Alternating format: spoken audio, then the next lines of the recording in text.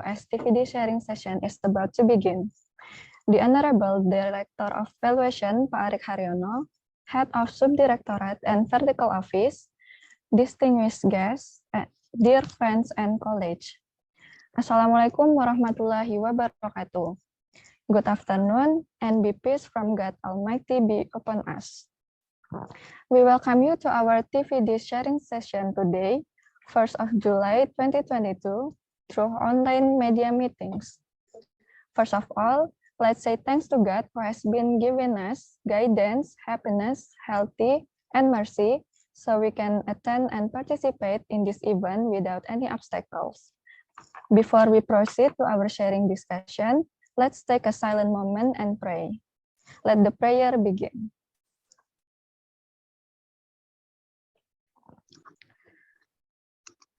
Thank you. We hope we are granted with good health, and we all pray that the pandemic that is currently hitting us in every continent will disappear soon. Honorable, distinguished speaker, friends, and colleagues, to mark the opening of our sharing session today, we humbly ask the Head of Subdirectorate of Business Appraisal to deliver the opening speech for this session. For that, with all due respect, please welcome Pak Naviantoro. Thanks, Mbak Raina. Hi, everyone. Assalamualaikum warahmatullahi wabarakatuh.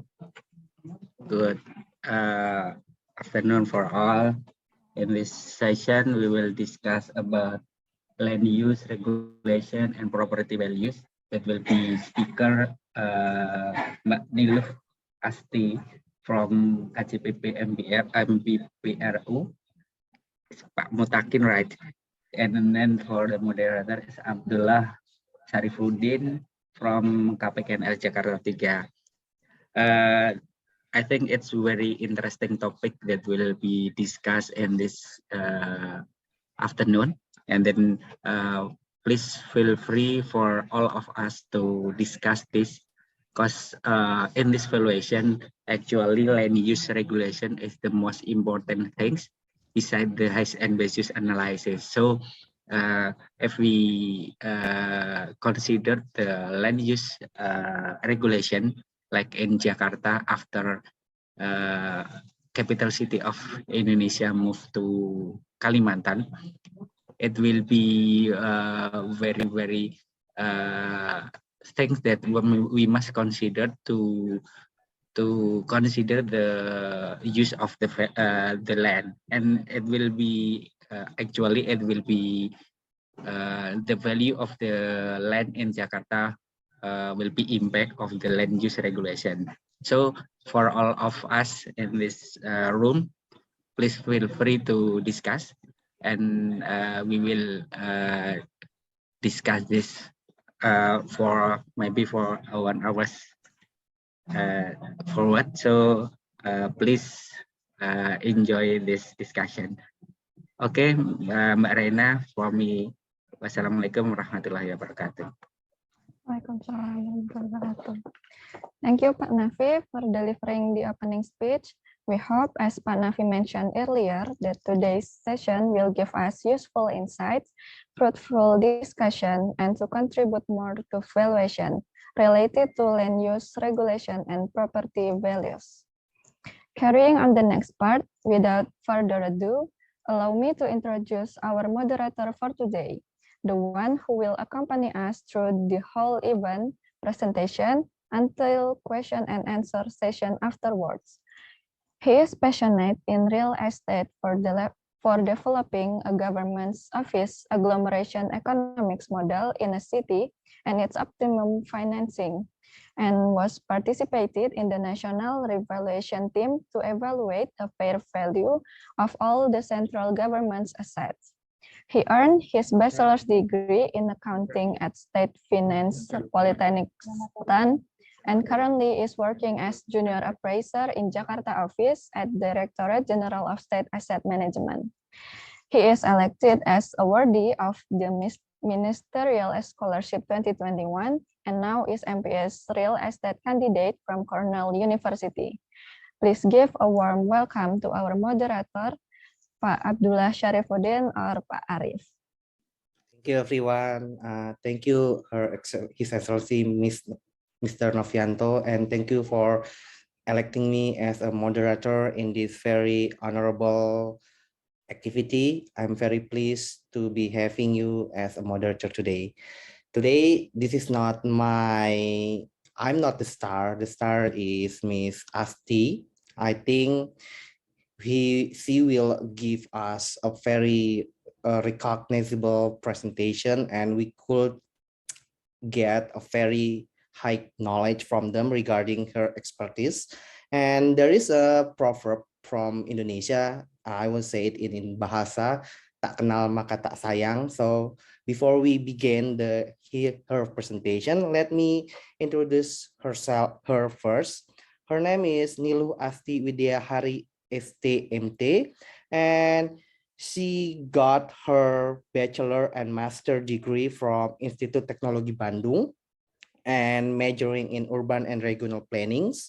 Now she worked at KJPP MBPRU and Partners, and not only that, she also a co-founder from a website like Check Nilai ID. I think it's a very great website, great and helpful website. And she also become several noticeable international speaker. So before we begin the presentation, could you, Reina, please share the video from Miss Asti first?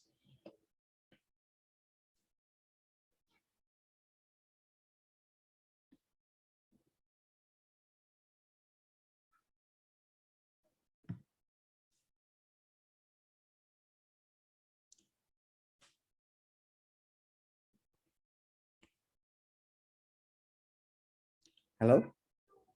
If not, I can share it. Let me load the share screen. Okay.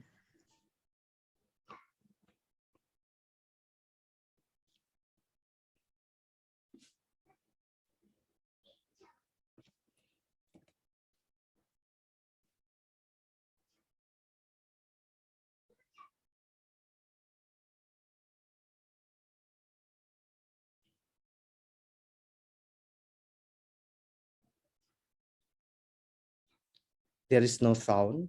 Yeah.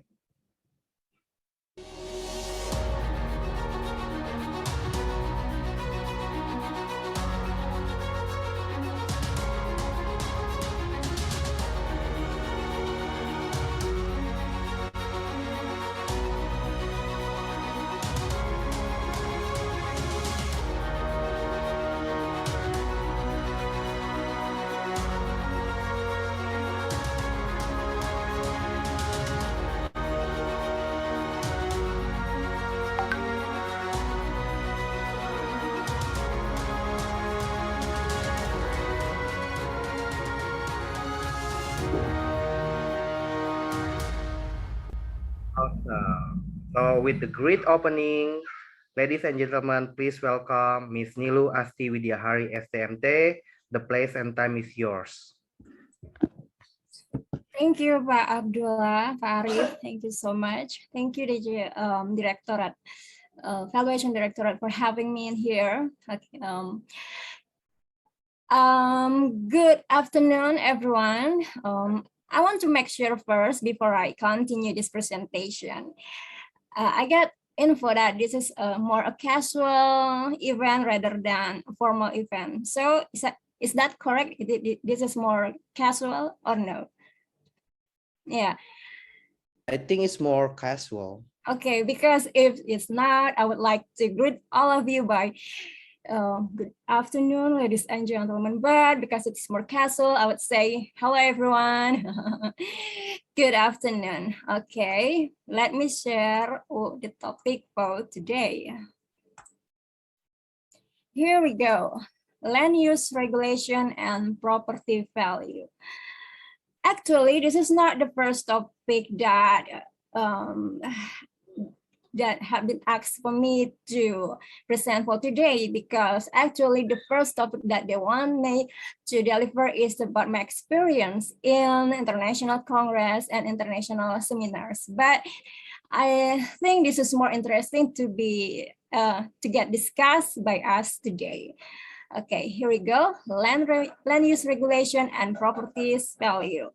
Land use regulation can affect properties value in a variety of complex way, but how? Yeah, this is my profile. First thing first, my name is Ni Luh Asti Widyahari. This is my education background, and now I am a fellow and also a consultant from KJPP MBPRU and partners, or in Indonesian, we can say KJPP MBPRU and partners. And my managing partner is in here too. Shout out to Pak Mutakin, hello. And I also has a YouTube channel called Penilaian ID. So if you are not subscribing yet, please subscribe it and say give me an info if you are already subscribed. Next, okay. Now we jump right to the point. Okay, introduction. Now, did you know? Okay, first thing that I want to do is asking you a question. Did you know that the construction of Semanggi Interchange 2 use private company funds in the form of KLB or KLB, or in English we know as FER, floor area ratio. So in the next presentation, I guess I'll use KLB instead of FER because it's more familiar to us. So I'll just say KLB or KLB maybe. Did you know that Semanggi Interchange 2 use private company funds in the form of KLB funds paid by the developers to the local government? Did you know that? So now, what is KLB or koefisien lantai bangunan? What benefits will the developer get by paying the KLB funds so that they are willing to pay, considering that the construction of interchange like this of course requires very large funds. Why they want to pay it? If it's related to land value because land is the object of provision regarding KLB, then the question is there any effect on spatial planning on properties value?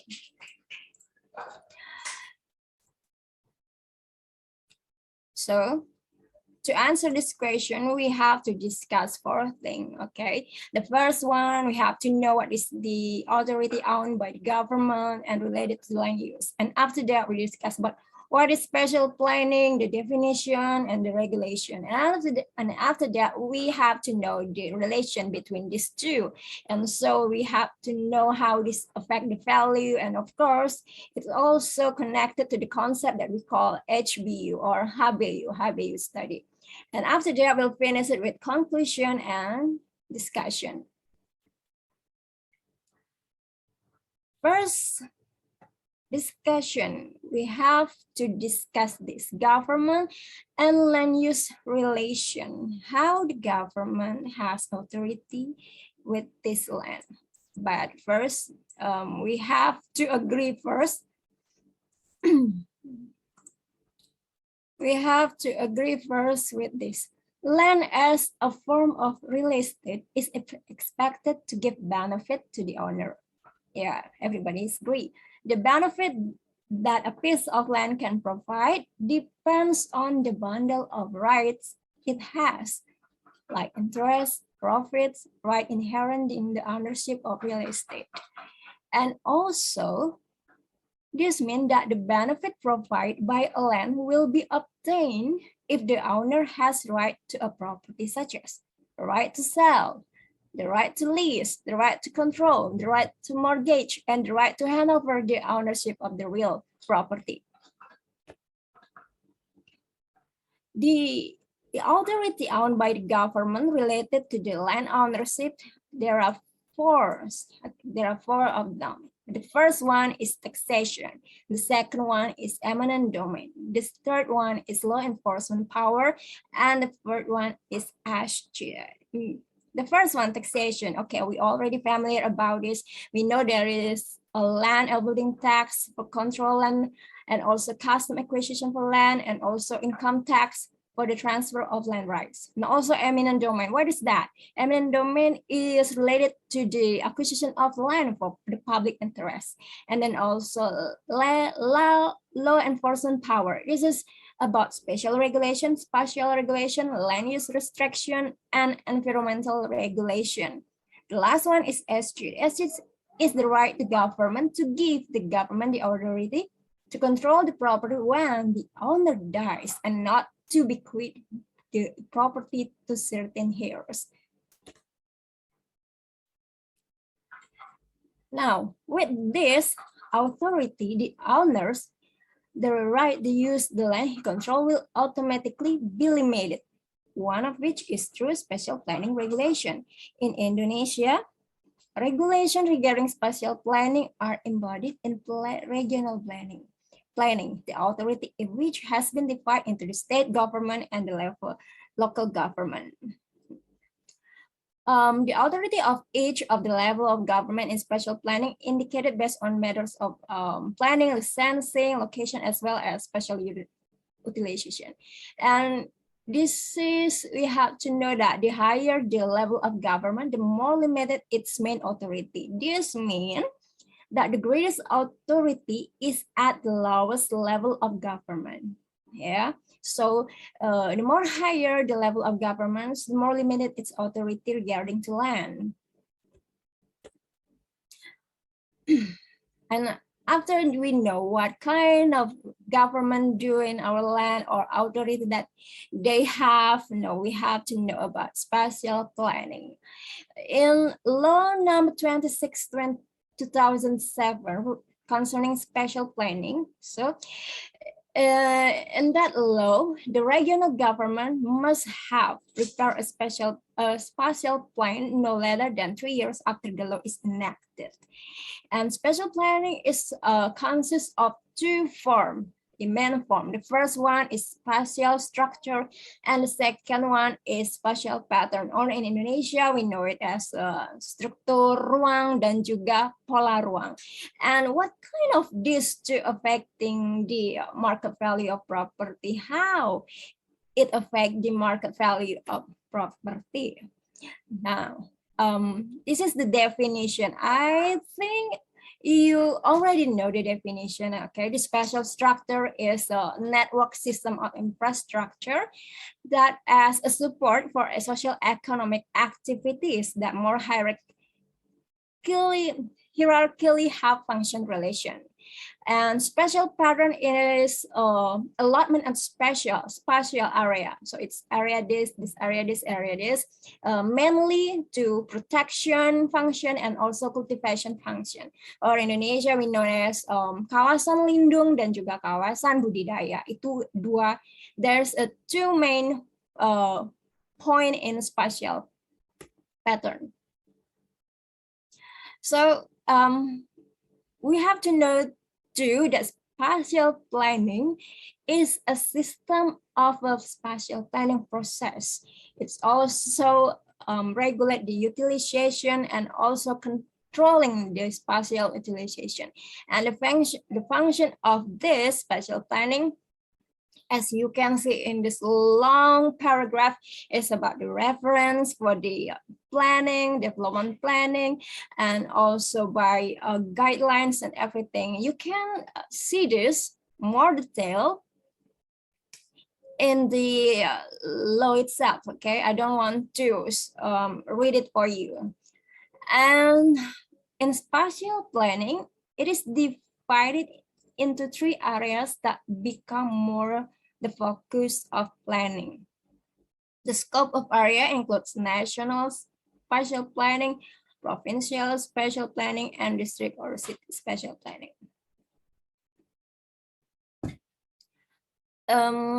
Wait a minute, I have to drink first because I guess my throat is kind of empty.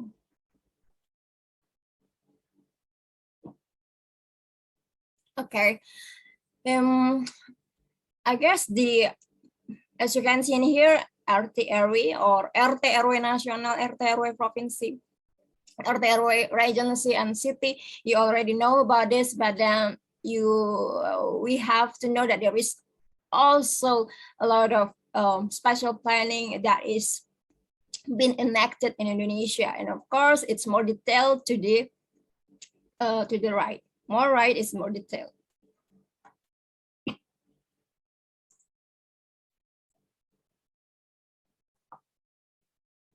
There's two main spatial planning that has been used in Indonesia. The first one, we know it as the RT/RW, and the second one is RDTR.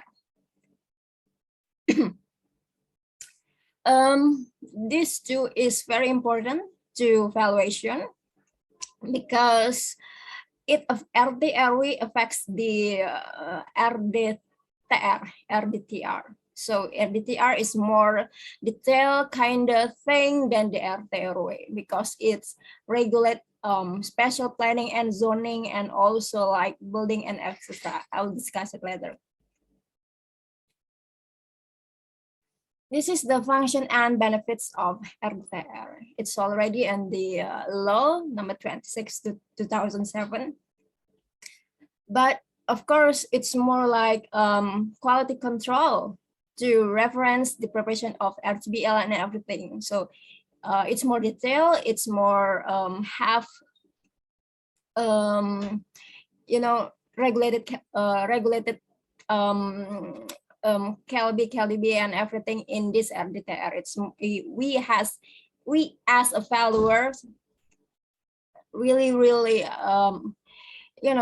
have to read the RDTR instead of RT/RW. If there is no RDTR, then we have to look for the RT/RW. RT/RW, oh my God, it's so confusing. So wait a minute. So here we go. Detailed Spatial Plan or RDTR. As you can see, this is a different. Maybe all of you already know about this. And the first one at the left is RT/RW or RT/RW. As you can see there in this circle, only one color in there. And then after that, in RDTR, it's more detailed. Like, wow, as you can see the side plan and everything in that. So, but not all cities or districts in Indonesia have RDTR. So if there is no RDTR, we have to look for the RT/RW instead. This is the example of RDTR. Yeah, it's more detailed. As we know, there is L1 is that this is a code like we call it as H1 and everything. As you can see,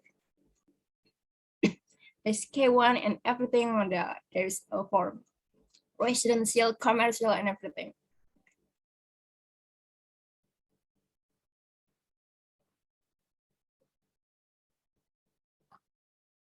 Now,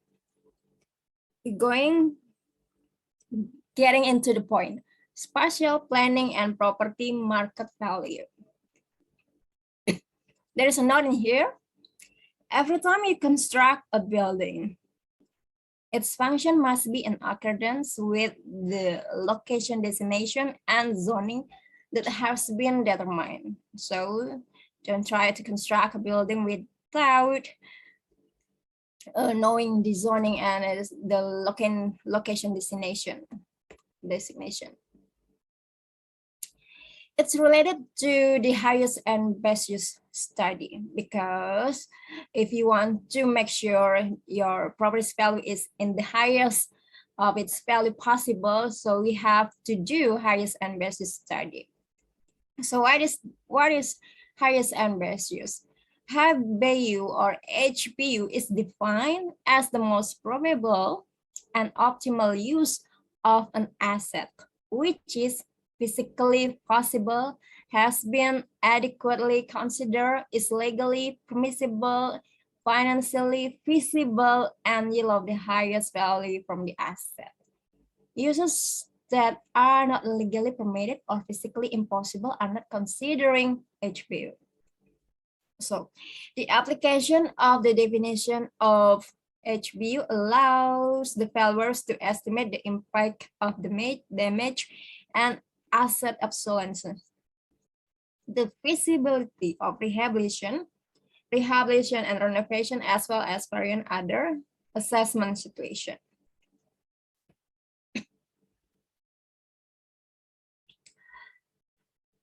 Now, HBU and market value relation. The market value of an asset will reflect its highest and best use. Yeah. The market value of the asset will reflect its highest and best use. HBU is defined as the most probable and optimal use of an asset. It is physically possible, has been adequately considered, is legally permissible, feasible, and everything. This is the definition of HBU. And we have to know that asset will reflect its highest and best use. So this is the chart, right, of the known as the 4 tests of HBU study.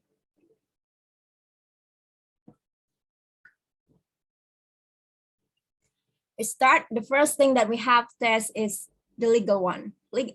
Is the asset is legally permissible? Legally permissible is related to the zoning regulation, the land use regulation. It's in legally permissible. And after that, we have to test, doing the second test called physically possible or not. Yeah, it's more like the site, the site possible physically that can be built in that site. And after that, we have to do the third test, which it has to be financially feasible. And after that, we have to know if the asset is in maximum productivity or not. And after that, it's done. If you want to know the more detail of the HBU study, this is it. Yeah. As you can see, there are 4 tests in here. The important thing is that 4 tests. And after that, after the analysis, of course, it also depends on the market. It depends on the financial analysis too, to get the conclusion. Because sometimes the 4 test is just the test, because in the end that the market will get the, in the end market will be affecting more.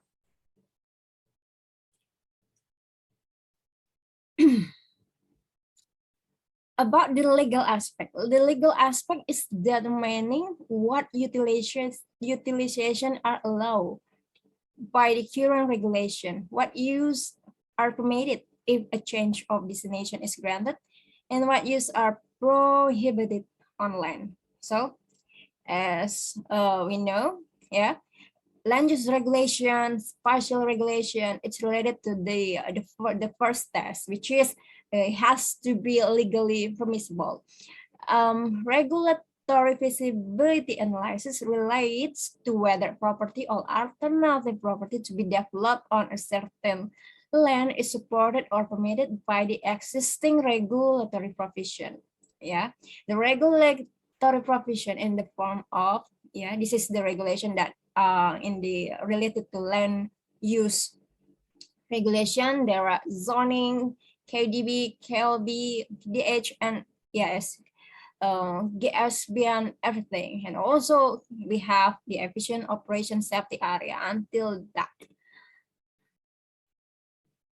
Here's the definition of the regulation. Yeah, it's related to the first test, legally permissible. So there are 4 things that commonly used in land use regulation. The first one is KDB or KDB, or in English it's called building coverage ratio, and KDH or KDH, green area ratio, KLB, floor area ratio, and KTB. What is KDB? What is KDB? I think all of you already know about this or not. KDB is the percentage ratio of the total area of the ground floor of the building can be built and the area of land planning area controlled.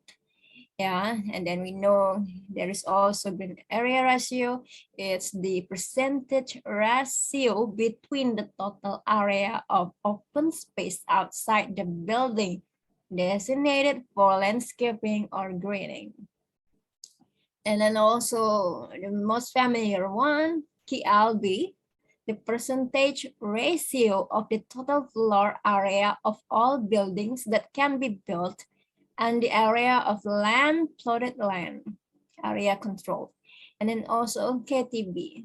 KTB is in Indonesian called coefficient tapak basement, yeah, which is the percentage ratio between the basement footprints area and the plot planning area controlled. So to get the properties market value, we have to take into account the HBU principle, yeah, because the asset must be the market value of property is reflects its HBU. So this is the flow chart about the properties market value related to the HBU principle. Legally permitted, and after that we have to know the special planning regulation, and after that we have to know the regulation of each side, and after that we have to know the more detail of the each side, such as like KLB, KDH, build, H, SB, and ATC, and other regulation that is related to the properties. So now we have the case in here. KLB versus property value. Okay, the influence of spatial planning on values, one of them is provision related regarding to KLB. So in here, KLB or KLB have the most significant role to the properties value. Why? Now after that we can discuss it, and to know the relation, yeah, to know the relation of KLB and property value, we have to use the income approach. Now in the income approach, the next slide we will show, I will show it to you. So the value of the property is a function of the income that is expected to be generated by the property. Therefore, the estimated value is obtained from the estimated future income. So that's why we use the income approach in here, because it's like the first slide of this presentation, it's about the semang interchange, right? So why the developers wants to pay these KLB funds? Because it's related to the income that they will generate from it. So here's the calculation, yeah. Value is net operating income divided by capitalization rate. So how will future income be affected by land use provision? How? By understanding the information regarding the spatial planning regulation, we can estimate how much income will be received if the land is developed. Variables in calculation of the effective area are changed. For example, the allowable KLB from 2.5 but changed to 3. The effect of spatial planning provision on value, one of which is the provision regarding KLB, can be proven through and property valuation using income approach. So we'll use to make sure that this KLB is that true KLB affecting the property's value? So we have to use the income approach. There you go. Yeah. This is the table as you can see in here. The first one, we have to divide it into two. The first one is KLB of 2.5 and the second one is KLB of 3. So this is the illustration for you, yeah, because we have to know, is it true that KLB affecting the property's value? How much? Okay, why they want to, negotiate their KLB? Why the developer wants to negotiate their KLB? Why is it matter? Why is it they want to do this? Why, and why? So here you go. As you can see, we have the illustration in here. First, 2.5 and 3.0. And of course, the KLB will affect the total floor area that can be built. Yeah, the first one is only 22.5 meters square, and then the third and the 3.0 is about 27,000 floor. So it's not too much, I guess. It's not too much, but let me see until the end of this calculation.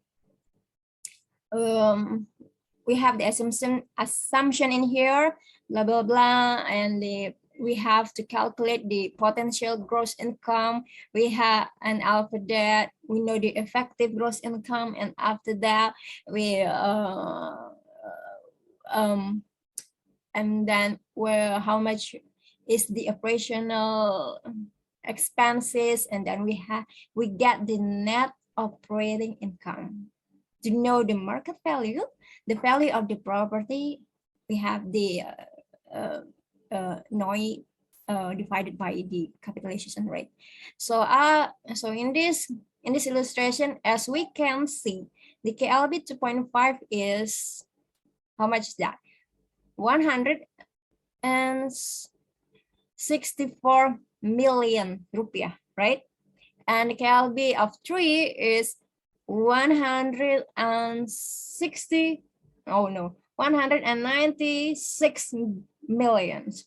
Is that too much? Is that much or not?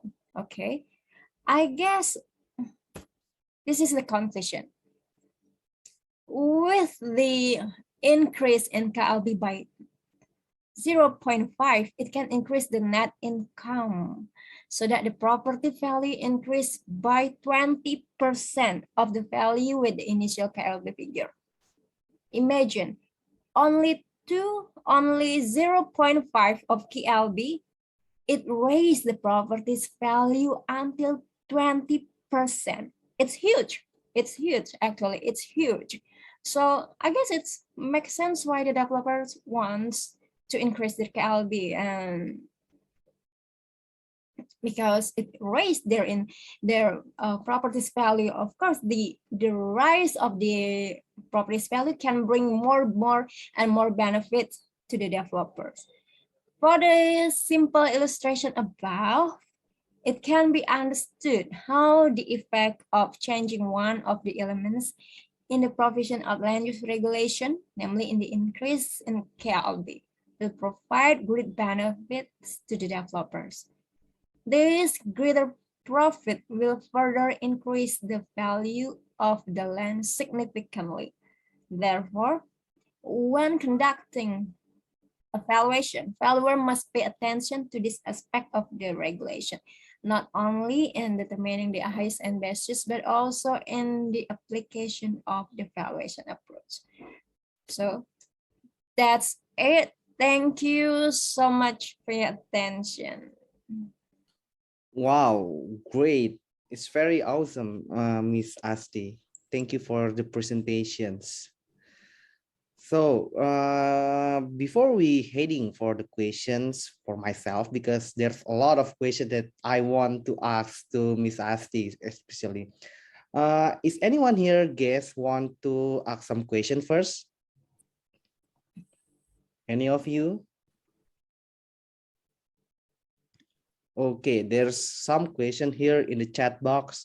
If I ask from Mr. Muhammad Fadlur Rahman, if I ask in general, what do you think about the land use regulation applied by the government in Indonesia?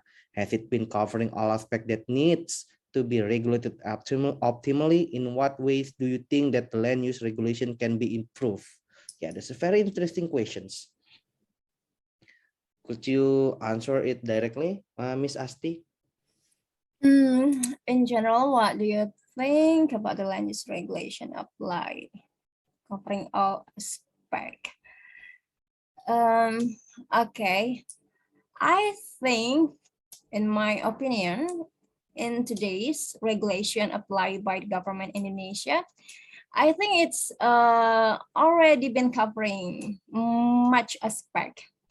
Yeah, because as you can see, there is the regulation. There are so many aspects that has been regulated by the governments.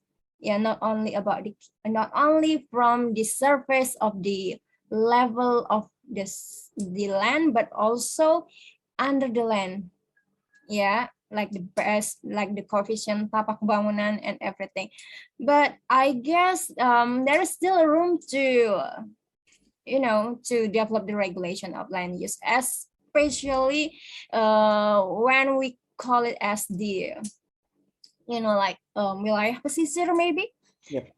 Wilayah pesisir is regulated by the Ministry of Visionary, not by the ATR BPM.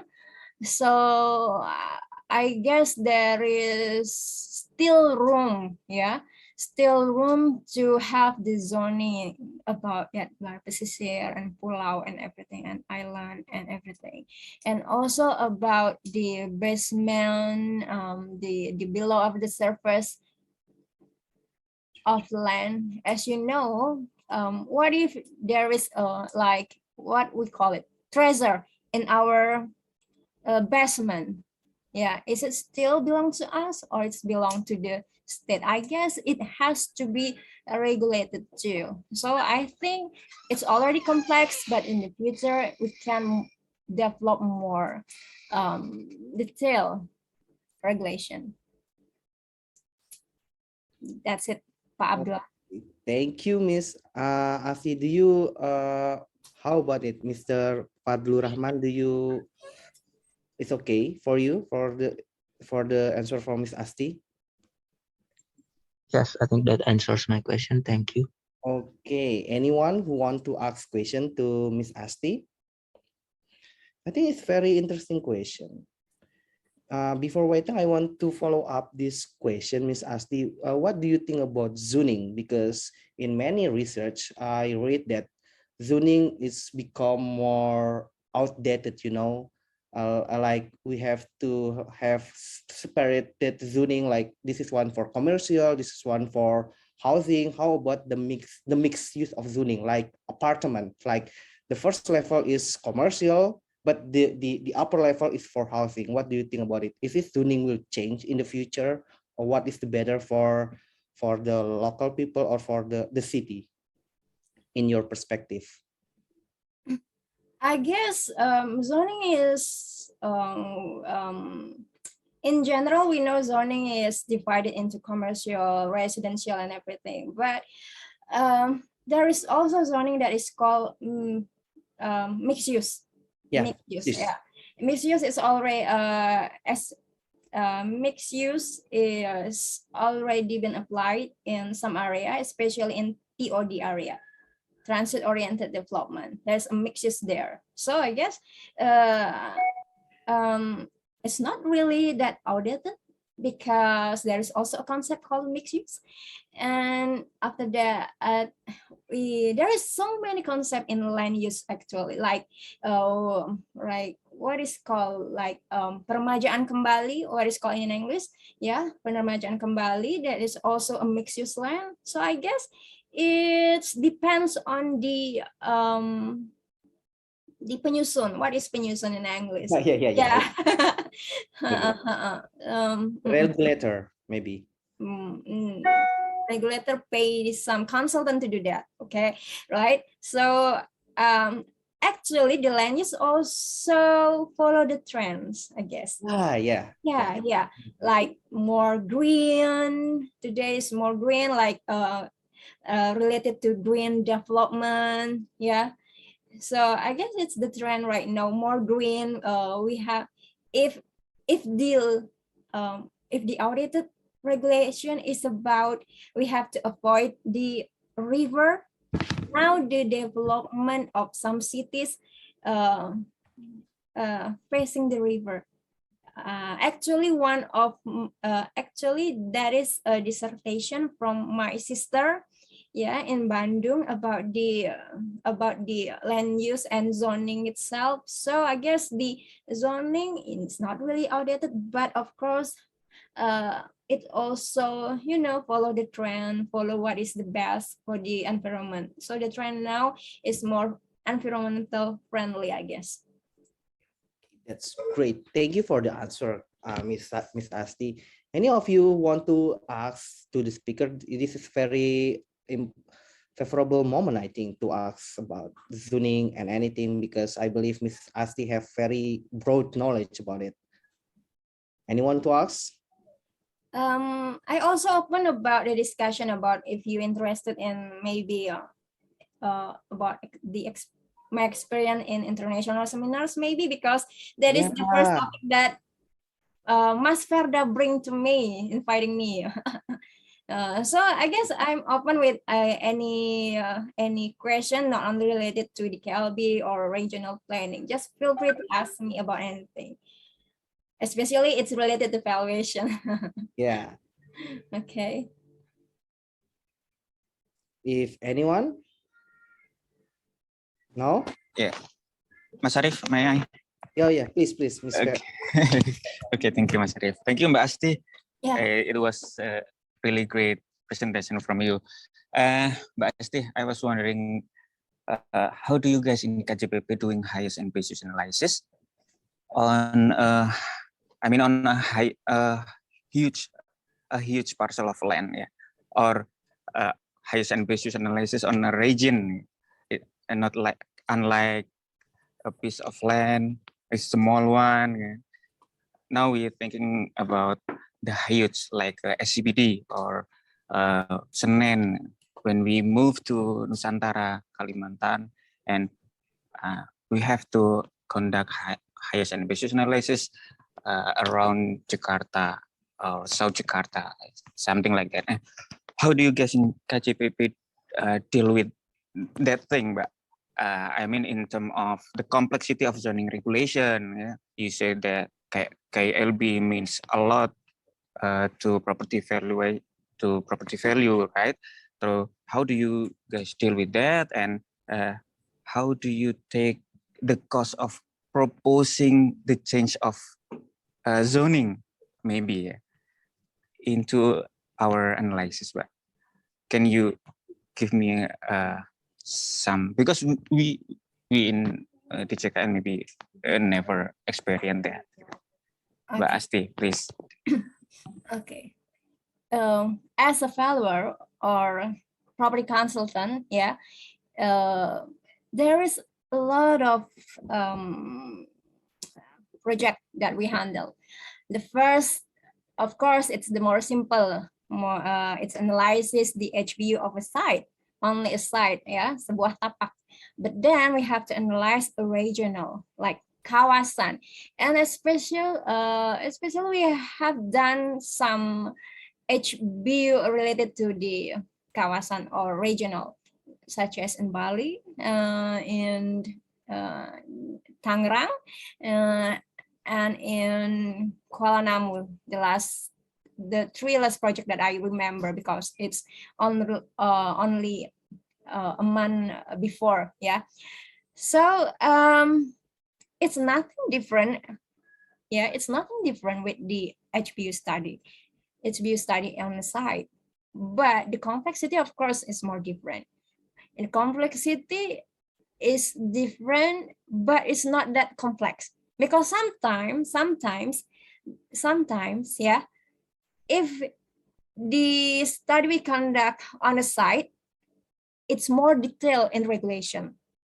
But in some areas, some region, it only has like, this is for commercial, but there is no regulation about KLB, KDB, and everything. Yeah, so it's like more flexible to do the HBU study.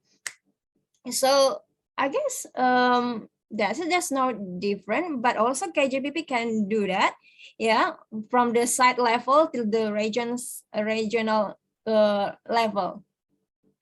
And about the how much is the cost to changing the KLB, yeah.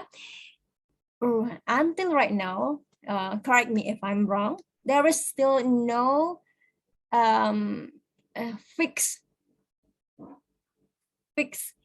fee to do that, because it's still negotiable. It's not because the regulation is enacted or established because the regulation is established to be followed. But if you have one desire to build more than the actual regulation, of course you have to negotiate, but there is no fixed cost to do this, like, oh, if you want to change the KLB, you have to pay several rupiah. No, there's no fees like that. Still negotiable, I guess. How, Mas Verda? Satisfied based on your answer, Mr. Verda? yeah, yes. But I mean, based on your experience, how do you estimate the cost? I mean, it's like, okay, it's not fixed, it's still negotiable, but how do you estimate according to your experience so far? But The cost of changing the KLB? Yeah. Especially the gap after and before, and then you have to play with the percentage between that. So if it like the illustration before, it increased the property's value around 20%. So I guess the fee is some percent from that 20%. So that's it. Okay, got it. Thank you. Oh. Because of that, I have a special question for myself, because I am an audience too in here, I think.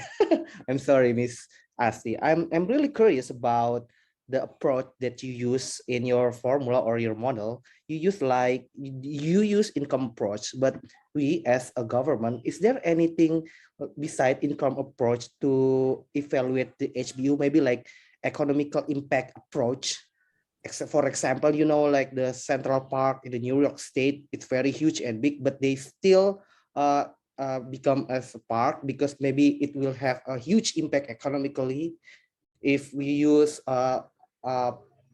income approach, it will be better to build a building there. But can we use another approach, maybe like economical approach, or any KJPP have experience of? Do you have any knowledge besides income approach that we could use to evaluate the HBU? Okay. The income approach, the evaluation approach is related to the object, right? So if it's related to the commercial asset, so it's better to use the income approach, of course. But if it's not, then use the other approach. But in HBU, actually, because I guess the project that we have been doing is about from commercial one. So of course we use the income approach. And if use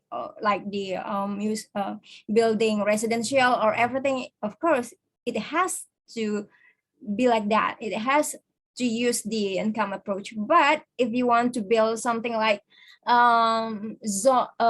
park or environmental space and everything, I guess there is also some kind of other way to do that. I think it's not the valuation we call it, but we call it as the property study. Yeah, it's itu ranah study, it's more like the study field rather than valuation, because it has so many aspects that we have to do. We have to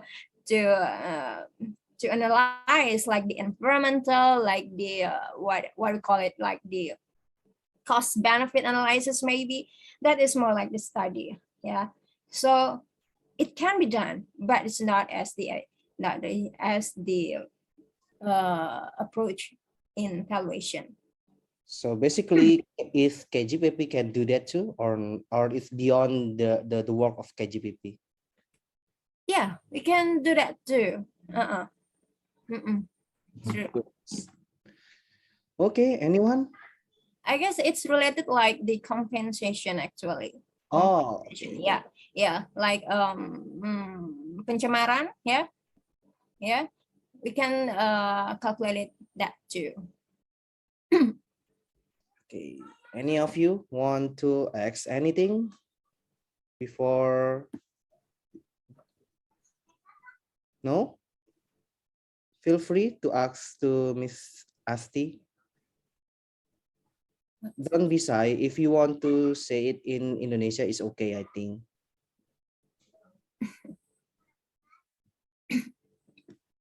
No? So maybe the last question from me, Miss Asti, if anyone doesn't want to ask question, how to choosing the right building, Miss Asti? Maybe like the legal aspect is for commercial, and as we know it, the commercial could be like office, shopping, hotel, or parking lot. How to choose the best building that we want to build? Like maybe like just the land is empty land, you know, and we want to build building in there. How we choose like office, shopping mall, or hotel, or parking lot?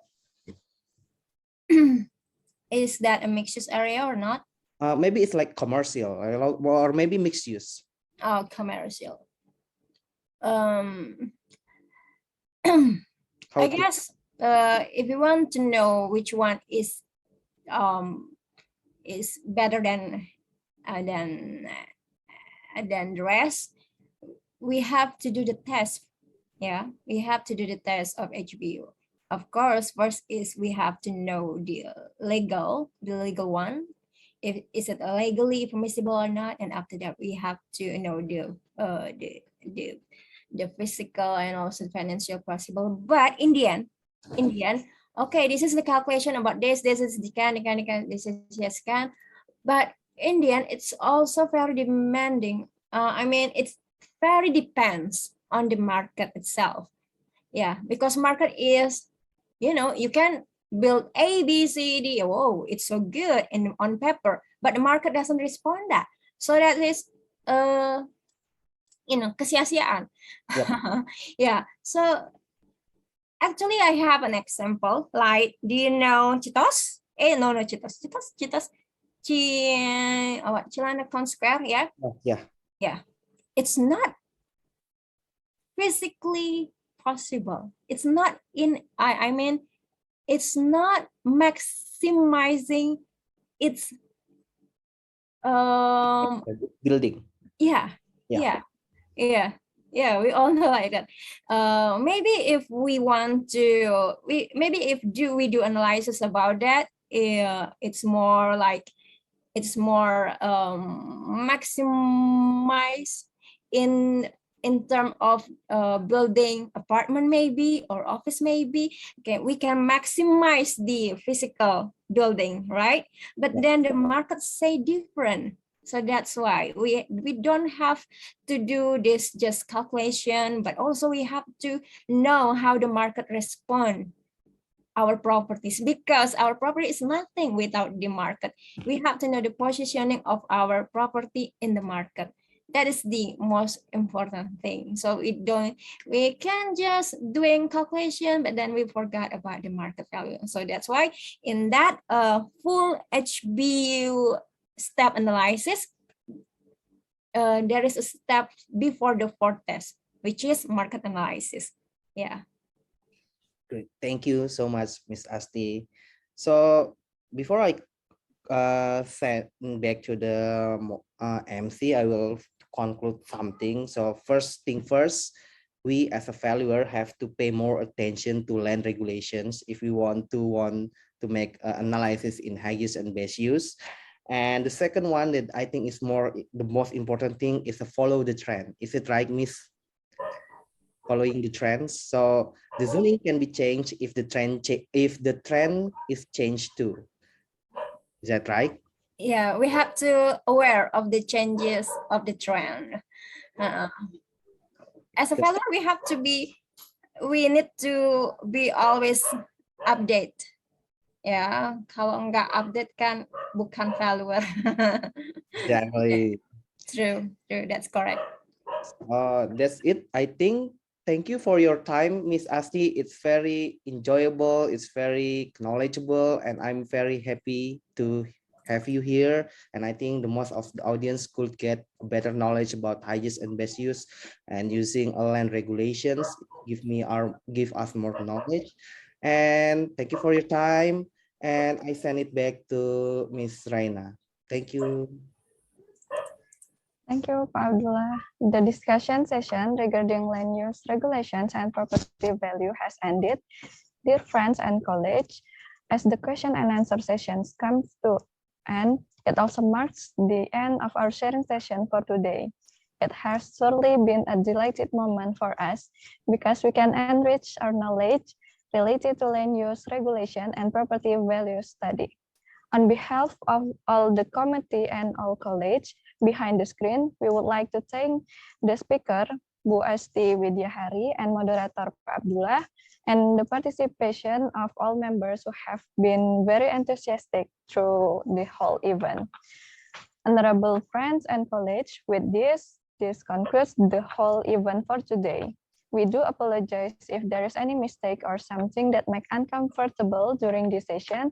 We're looking forward to see you in the future event. Stay safe, stay healthy. I'm Nur Hidayah Anggraina, signing off. Wabillahi taufiq walhidayah. Wassalamualaikum warahmatullahi wabarakatuh. Waalaikumsalam warahmatullahi wabarakatuh. Thank Thank you. you so much. Thank you Mbak Asti. Thank you you, Mas Arif. Mas Feda, Mas Arif, Mbak Raina, Pak Noviantoro. Thank you. Agent Liv.